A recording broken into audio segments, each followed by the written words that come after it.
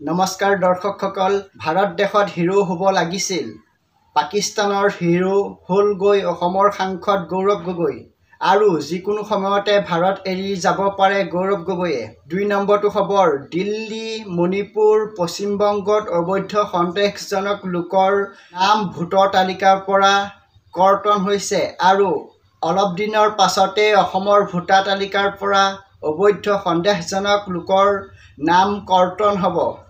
৩ নম্বৰটো খবৰ, গৃহমন্ত্ৰী অমিত শ্বাহৰ মন্তব্য, পাকিস্তানক POK কংগ্ৰেছে দিলে কিন্তু উভতাই আনিব বিজেপি চৰকাৰে আৰু পেহেলগামৰ কাণ্ড কংগ্ৰেছৰ সময়ত হোৱা হ'লে ভাৰতে কেতিয়াও ন্যায় নাপালেহেঁতেন।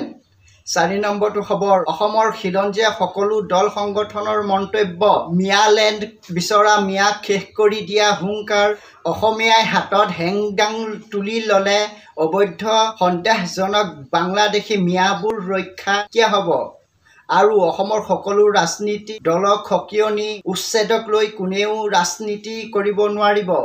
৫ নম্বৰটো খবৰ, নন্দিনী কাশ্যপৰ লগত থকা বন্ধুৰ স্পষ্ট মন্তব্য, তাই বহুত স্পীডত গাড়ী চলায়, সেইদিনা আমি অলপৰ বাবে বাচি আহিছোঁ।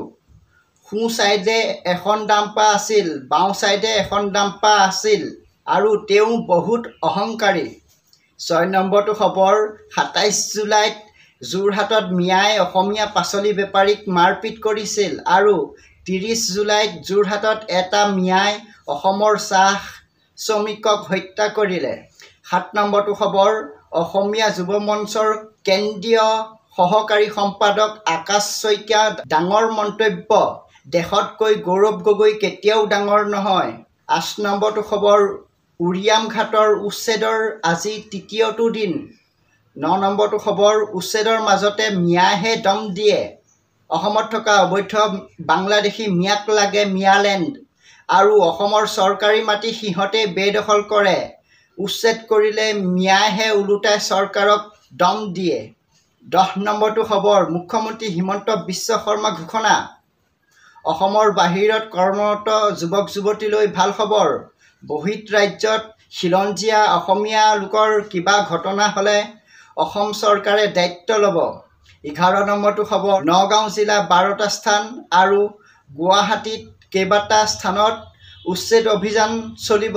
১২ নম্বৰটো খবৰ, ফেব্ৰুৱাৰীত ওলাল সাগৰৰ তলিত থকা ডুমছ ডে ফিছ আৰু জুলাই মাহত সৌ সিদিনা ৰাছিয়াত ভূমিকম্প আৰু ছুনামি, পৃথিৱী ধ্বংস হোৱা আগজাননী নেকি?